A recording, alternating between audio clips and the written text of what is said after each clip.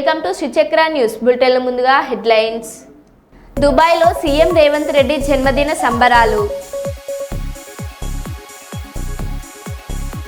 ఏలూరు పోలీసులను అభినందించిన ముఖ్యమంత్రి చంద్రబాబు. పట్టాలు తప్పిన సికింద్రాబాద్ షాలిమార్ ఎక్స్ప్రెస్.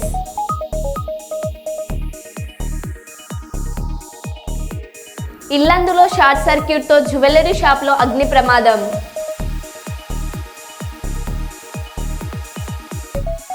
మెట్ల మీద నుంచి జారిపడిన విజయ్ దేవరకొండ.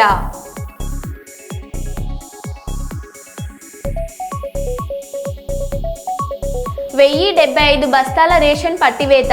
4 ఏళ్ల రాకతో అధికారులలో కదలికలు.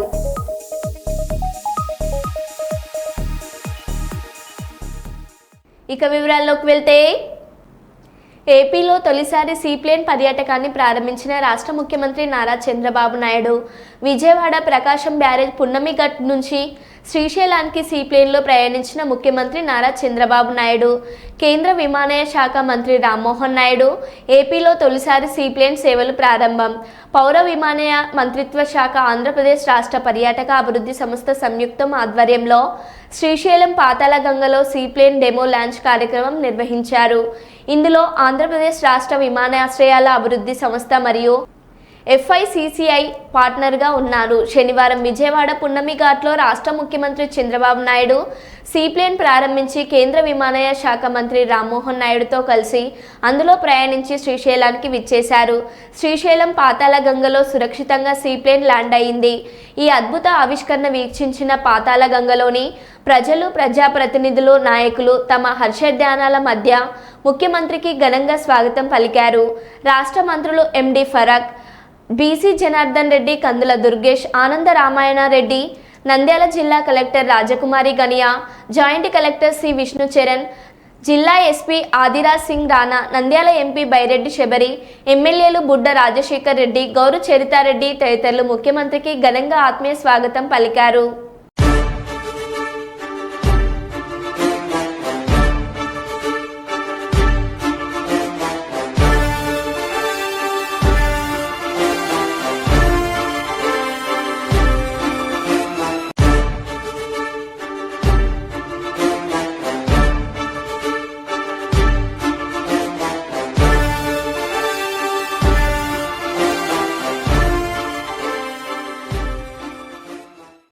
మెట్ల మీద నుంచి జారిపడిన విజయ్ దేవరకొండ. ముంబైలో ఓ కార్యక్రమానికి హాజరై తిరిగి వస్తుండగా విజయ్ కాల్ స్లిప్ అయినట్టు సమాచారం. ఈ ఘటనలో విజయ్కి ఎటువంటి గాయాలు కాలేదు.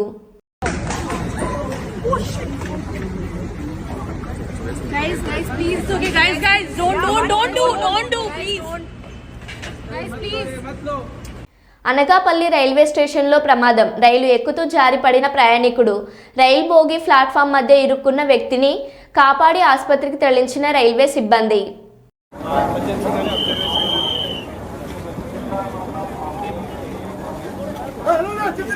అనకాపల్లి రైల్వే స్టేషన్లో ప్రమాదం శాతం ప్లాట్ఫారానికి ట్రైన్ మధ్య ఇరుక్కున్న ప్రయాణికుడు. జన్మభూమి ఎక్స్ప్రెస్కి అనకాపల్లి ప్లాట్ఫారంకి మధ్య ఇరుక్కుపోయిన ప్రయాణికుడు. ప్లాట్ఫారంను తవ్వుతున్న రైల్వే సిబ్బంది.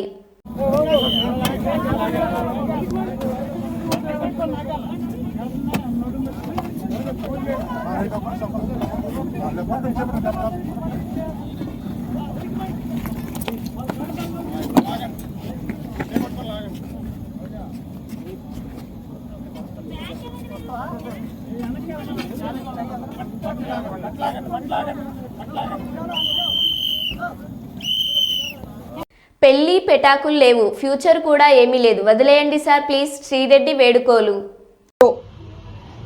లోకేష్ గారు మీకు సారీ, అలాగే మీ అమ్మగారికి, మీ భార్య గారికి సారీ, అలాగే అనిత గారు సారీ, అలాగే పవన్ కళ్యాణ్ గారు సారీ, మీ కుటుంబ సభ్యులకు కూడా సారీ. నా కుటుంబాన్ని దృష్టిలో పెట్టుకుని, అలాగే నాకు భవిష్యత్ ఏమీ లేదనుకోండి, నేనేం పెళ్లి పెటాకులు ఇవన్నీ అని అనుకోవట్లేదు. నా వలన నా ఫ్యామిలీకి ఇబ్బంది రాకూడదని చెప్పేసి, అలాగే ఇక నుంచి నా సోషల్ మీడియాలో మీ కుటుంబ సభ్యుల గురించి కానీ ఆ విధంగా ఏ విధమైన తప్పుడుగా రాదు అని చెప్పేసి నేను మీకు హామీ ఇస్తున్నాను. ఈ యుద్ధాన్ని కార్యకర్తలకి మీకు కాకుండా లీడర్స్కి మధ్యలో జరగాలని నేను ఒక సలహా ఇస్తూ, కార్యకర్తల్ని ప్లీజ్ దయచేసి వదిలిపెట్టండి. నేను విజ్ఞప్తి చేస్తూ, విన్నవించుకుంటూ, బెండ్ అయ్యి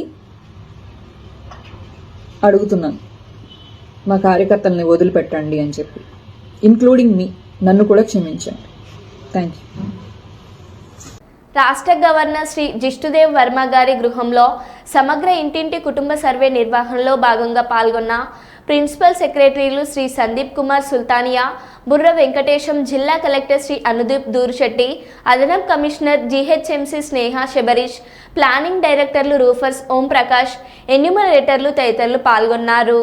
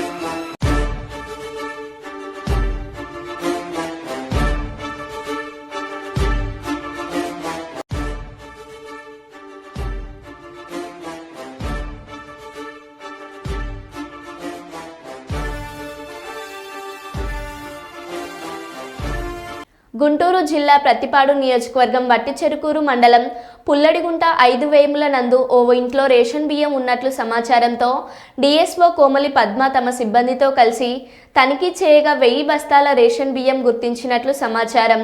రేషన్ బియ్యం ఉన్న ఇళ్లను స్వాధీనం చేసుకొని ఎక్కడి నుంచి వచ్చినాయో దర్యాప్తు చేస్తున్న అధికారులు.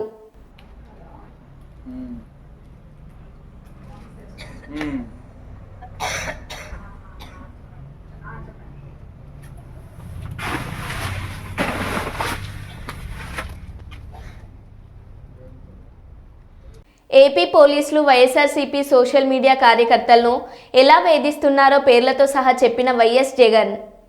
చంద్రబాబు గారి ఆదేశాల మేరకు పోలీసులు చేసిన కొన్ని ఆకృత్యాలు ఎంత దారుణంగా ఉన్నాయో కొన్ని ఉదాహరణలు చెప్తాను. గాజువాకకు చెందిన సోషల్ మీడియా యాక్టివిస్ట్ బోడి వెంకటేష్ దువ్వాడ పోలీసులు నిన్న మధ్యాహ్నం 3:30 గంటలకు మధ్యాహ్నం ఆ ప్రాంతంలో పోలీస్ స్టేషన్కు తీసుకెళ్లారు. ఎందుకు అరెస్ట్ చేస్తున్నారో కనీసం తల్లిదండ్రులకు చెప్పలేదు. కనీసం 41A నోటీసులు కూడా ఇవ్వలేదు. మరి సుప్రీంకోర్టు జడ్జిమెంట్కు ఉల్లంఘన కాదా అని అడుగుతా ఉన్నా. తెనాలి నియోజకవర్గం కొలిపర మండలంలో వల్లభాపురానికి చెందిన సోషల్ మీడియా యాక్టివిస్టు ఒక రైతు ఆళ్ళ జగదీష్ రెడ్డిని 2018లో పెట్టిన పోస్టింగ్, ఇప్పుడు కూడా కాదు, 2018లో పెట్టిన పోస్టింగ్కు సంబంధించి అరెస్ట్ చేసినారు. విజయవాడ క్రైమ్ సిటీ పోలీసులు అరెస్ట్ చేశారు. కొలిపరకు చెందిన ఆళ్ళ జగదీష్ రెడ్డిని ఇంట్లో సభ్యులకు కూడా చెప్పకుండా తీసుకెళ్లారు.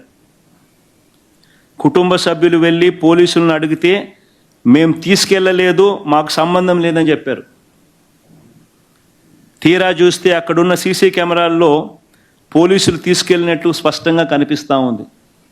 వాళ్ళ ఇంట్లో ఉన్న సీసీ కెమెరాలలో స్పష్టంగా కనిపిస్తూ ఉంది. చిలుకలూరుపేటకు చెందిన పెద్దింటి సుధారాణి అమ్మాయి, చిలుకలూరుపేటకు చెందిన పెద్దింటి సుధారాణి ఎన్నికల తర్వాత అక్కడ అరాచకాలు భరించలేక కుటుంబంతో సహా హైదరాబాద్ వెళ్ళిపోయారు. ఇప్పుడు అక్కడున్న సుధారాణిని, ఆమె కుటుంబం మొత్తాన్ని హైదరాబాదు నుంచి పోలీసులు బలవంతంగా తీసుకొచ్చారు. పోలీస్ స్టేషన్లన్నీ తిప్పుతున్నారు. పిల్లలను తల్లికి దూరం చేశారు. ఎక్కడికి తీసుకెళ్తున్నారో కూడా పోలీసులు చెప్పలేదు. నిన్న చిలుకలూరుపేట పోలీస్ స్టేషన్లో ఉన్న ఆమెను మళ్ళీ ఒంగోలు పోలీసులు అరెస్ట్ చేశారు.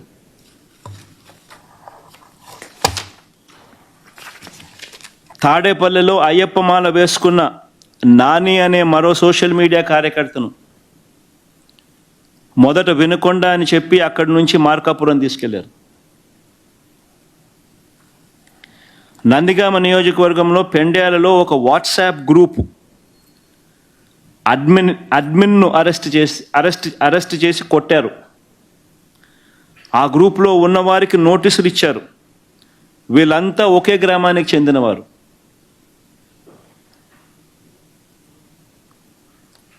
గుంటూరు జిల్లా మాచర్లకు చెందిన వెంకటరామరెడ్డిని హైదరాబాద్లో ఉంటారు.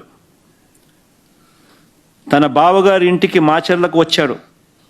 ఆయన ఫోన్ లొకేషన్ ఆధారంగా ఆ పోలీసులు అక్కడికి వెళ్ళారు. వెంకటరామరెడ్డి అందుబాటులో లేకపోవడంతో ఆయన బావను అదుపులోకి తీసుకున్నారు. విధి నిర్వహణలో పోలీసులకు ఆటంకం కలిగించారంటూ తప్పుడు కేసు పెట్టారు. ఎన్టీఆర్ జిల్లా గంపలగూడెం మండలంకు చెందిన సన్నీ అనే సోషల్ మీడియా యాక్టివిస్ట్ను తిరువూరు పోలీసులు ఉదయం తీసుకెళ్లి కనీసం నోటీస్ కూడా ఇవ్వలేదు. 36 గంటలుగా భోజనం లేకుండా చేశారు.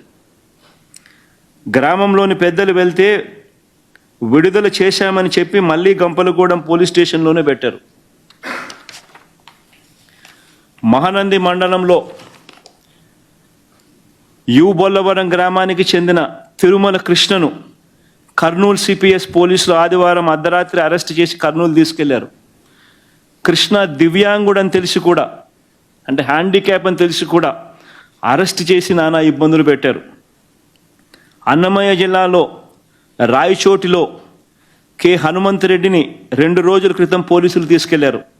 ఇప్పటి వరకు అరెస్టు చూపలేదు, ఎక్కడున్నాడో కూడా తెలియదు. తెలంగాణలో ఉంటున్న వారిని కూడా పోలీసులు తీసుకువచ్చి వేధింపులకు గురి చేస్తూ ఉన్నారు. నల్గొండకు చెందిన అశోక్ రెడ్డిని విజయవాడ సైబర్ క్రైమ్ పోలీసులు తీసుకొచ్చారు. కుటుంబ సభ్యులకు కూడా సమాచారం ఇవ్వలేదు. రాజశేఖర్ రెడ్డి అనే వ్యక్తిని కూడా హైదరాబాద్ నుంచి తీసుకొచ్చారు. ఇప్పుడు ఇద్దరిని కూడా వేధిస్తున్నారు. ఇలా ఇప్పటి వరకు 101 మందిపై కేసులు పెట్టారు. చట్ట ప్రకారం ఎఫ్ఐఆర్లు చేసిన తర్వాత వాటిని ఆన్లైన్లో ఉంచాలి, కానీ ఆన్లైన్లో పెట్టడం లేదు. కోర్టులకు అప్లోడ్ చేయడం లేదు. దేశంలో ఇంతటి అరాచక వ్యవస్థ ఎక్కడైనా ఉందా?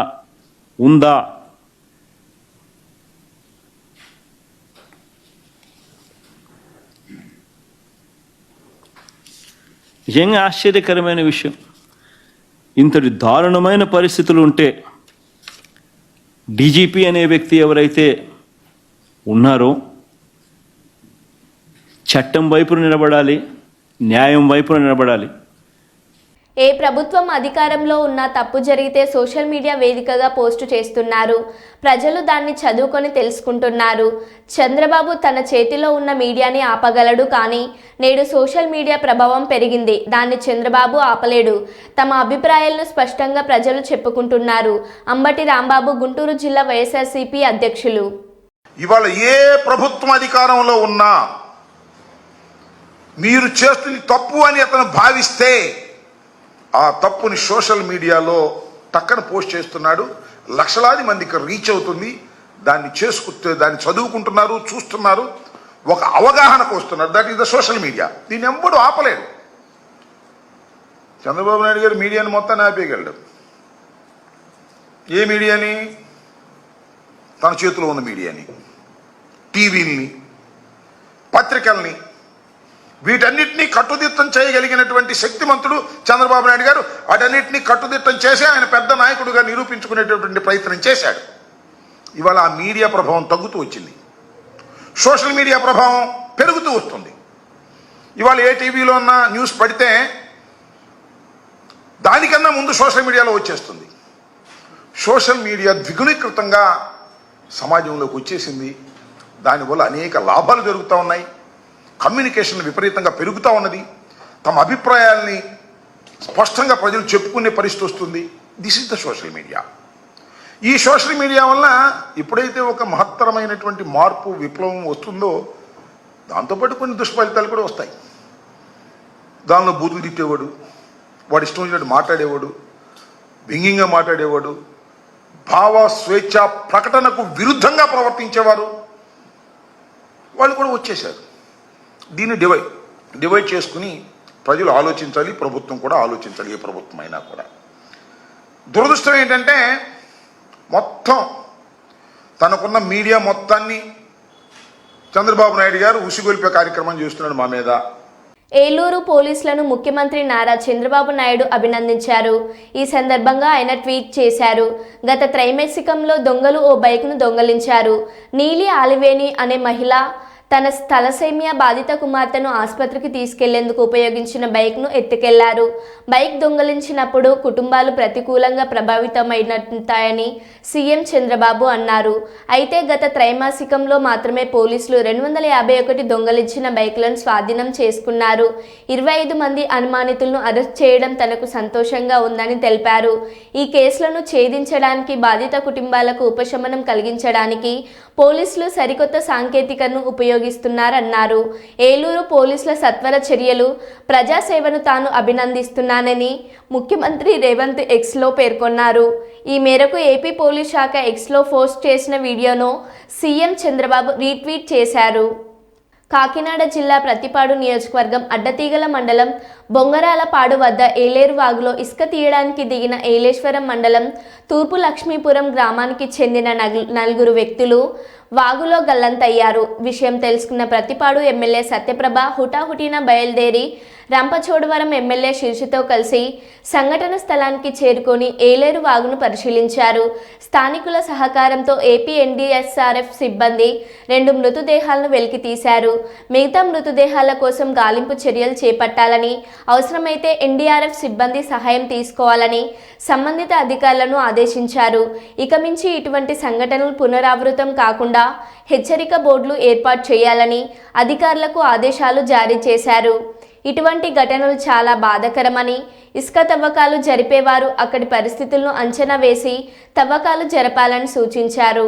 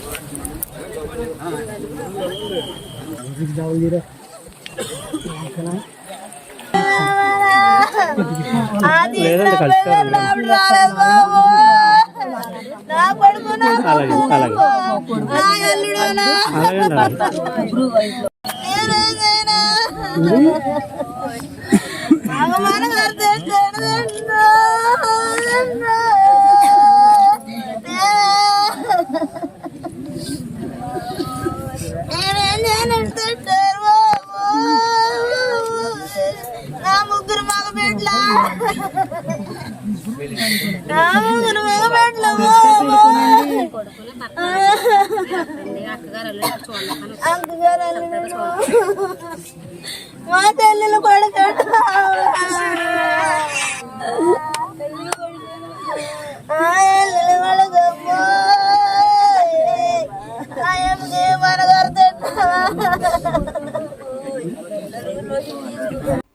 భద్రాద్రి కొత్తగూడెం జిల్లా ఇల్లందు పట్టణం అంబజార్లోని పూజా జ్యువెలరీ షాప్లో తెల్లవారుజామున ఒక్కసారిగా మంటలు చెలరేగి అగ్ని ప్రమాదం చోటు చేసుకుంది. సమాచారంతో యజమాని స్థానికులు అగ్నిమాపక సిబ్బంది వాహనంతో అక్కడికి చేరుకొని మంటలను అదుపులోకి తీసుకువచ్చారు. కాగా ప్రమాదం జరిగిన వెంటనే మంటలను అదుపులోకి తీసుకురావడంతో సీసీ కెమెరాలు, టీవీతో పాటు కొంత ఫర్నిచర్ దగ్ధం కావడంతో సుమారు 1.5 లక్షల మేర ఆస్తి నష్టం జరిగినట్టు అగ్నిమాపక శాఖ అంచనా వేయగా ఆభరణాలకు ఎటువంటి అగ్ని ప్రమాదం చోటు చేసుకోకపోవడంతో మరింత ఆస్తి నష్టం జరగకుండా పెను ప్రమాదం తప్పింది. టీవీ, సీసీ కెమెరాల కనెక్షన్ల నుంచి వచ్చిన షార్ట్ సర్క్యూట్ వల్లనే ప్రమాదం జరిగినట్టు బాధితులు తెలిపారు.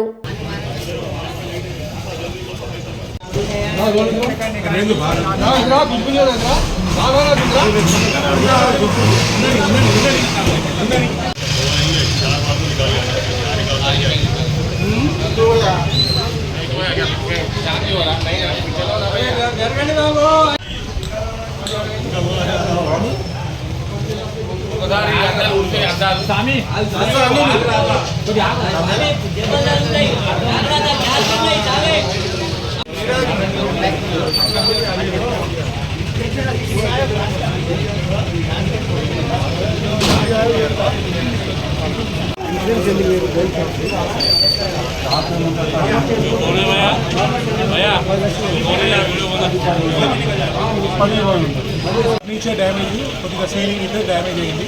అది మరి ఏం ప్రాబ్లం లేదు. ఎలక్ట్రిక్ వైరింగ్ వల్ల ప్రాబ్లం జరిగింది. అది ఎలక్ట్రిక్ రిపేరింగ్, చిన్న repairing TV camera, CC camera short circuit వల్ల కొద్దిగా ఫైర్ షార్ట్ సర్క్యూట్ అయ్యడం జరిగింది. దానివల్ల ఫర్నిచరు, గ్లాసెస్, కొద్దిగా సీలింగు అవన్నీ కొద్దిగా డ్యామేజ్ అయ్యాయి. తద్వారా పెద్ద నష్టం సంభవించదు.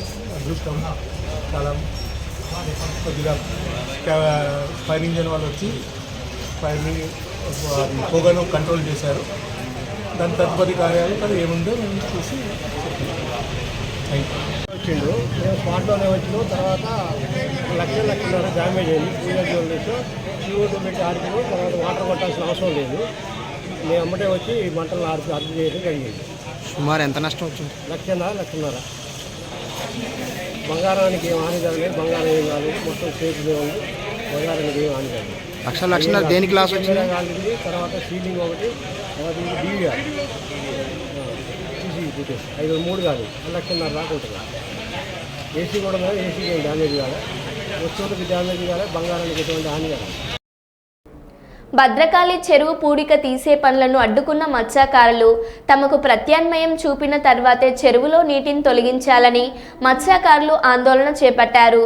మత్స్యకారులకు ఎలాంటి నష్టం కలగకుండా అన్ని విధాలా ఆదుకుంటామని 6 నెలల్లో పూడిక అతీత పనులు పూర్తి చేసి చెరువును యథావిధిగా కాకతీయ కెనాల్ ద్వారా నీటిని నింపుతామని మత్స్యకారులు ఎలాంటి ఆందోళన చెందాల్సిన అవసరం లేదని నీటిపారుదలతో పాటు మత్స్యశాఖ అధికారులు తెలిపారు. చెరువులో చేపలు పట్టడమే తనకు జీవనాధారం అని ఇప్పుడు అధికారులు చెరువులోని నీటి మొత్తం దిగువకు తరలించి నీటిని ఖాళీ చేస్తే చేపలన్నీ దిగువకు పోతాయని, అప్పుడు తాము తీవ్రంగా నష్టపోతామని మత్స్యకారులు ఆవేదన వ్యక్తం చేస్తున్నారు.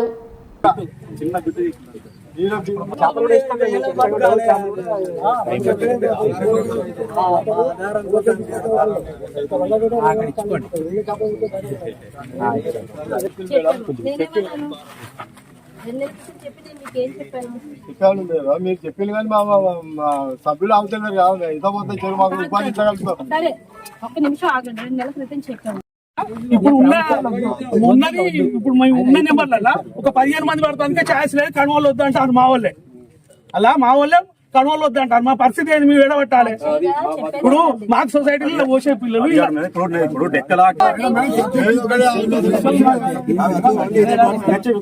తీసేంత వరకు పాలక వర్గం మరి మీరు ఎందుకు చెప్పలేదు? మీ మత్స్యకార సంఘానికి ఆయన అధ్యక్షుడు కానీ మీరు చెప్పారా? మీ బాధ్యత కదా.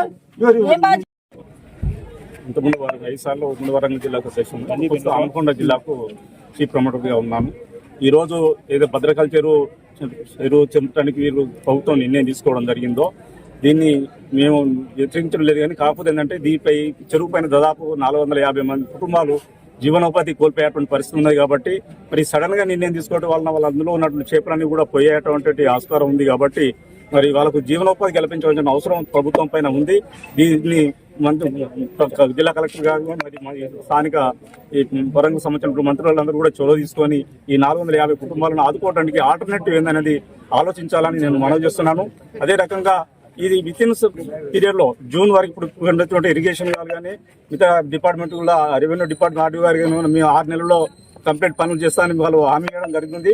ఆ హామీని తప్పనిసరిగా నిలబెట్టుకోవాలి. ఎందుకంటే ఈ ఇయర్ ఉపాధి కోల్పోవడం జరుగుతుంది, నెక్స్ట్ ఇయర్ కూడా ఉపాధి కోల్పోయడానికి ఆస్కారం ఉంది. కాబట్టి మరి పనులు వేగవంతం కాకున్నట్టయితే మళ్ళా వాళ్ళు ఇంకో సంవత్సరం కూడా జీవనోపాధి కోల్పోయేటువంటి అవసరం ఉంది. కాబట్టి మరి ప్రభుత్వం దీన్ని సానుకూలంగా ఆలోచించి దీనికి ఒక నిర్ణయం తీసుకొని విత్ ఇన్ జూన్ వరకు మళ్ళీ పనులు పూర్తి చేసి మళ్ళీ మత్స్యకారులను ఆర్థికంగా ఆదుకోవడం వాళ్ళ జీవనోపాధి కల్పించాలని మేము కోరుతున్నాం. అదే రకంగా మరి ఇప్పుడు సడన్ గా ఇక్కడ నీళ్లు చంపుకోవడం జరుగుతుంది. కాకపోతే ఒక 1 month ఇంకా టైం ఇచ్చినట్టయితే కొంత ఇక్కడ వీళ్ళు చేపలు పట్టుకోవడానికి ఆస్కారం ఉన్నట్టు చేపలు పట్టుకోవడానికి ఆస్కారం ఉంది. కాబట్టి ఇంకోటి ఈ చేపలు సడన్ గా దింపినట్లయితే ఈ చేపలను కూడా వెళ్ళిపోతాయి. కాబట్టి మొన్ననే జరిగినటువంటి మత్తడి వలన చాలా చేపలు వెళ్ళిపోవడం జరిగింది.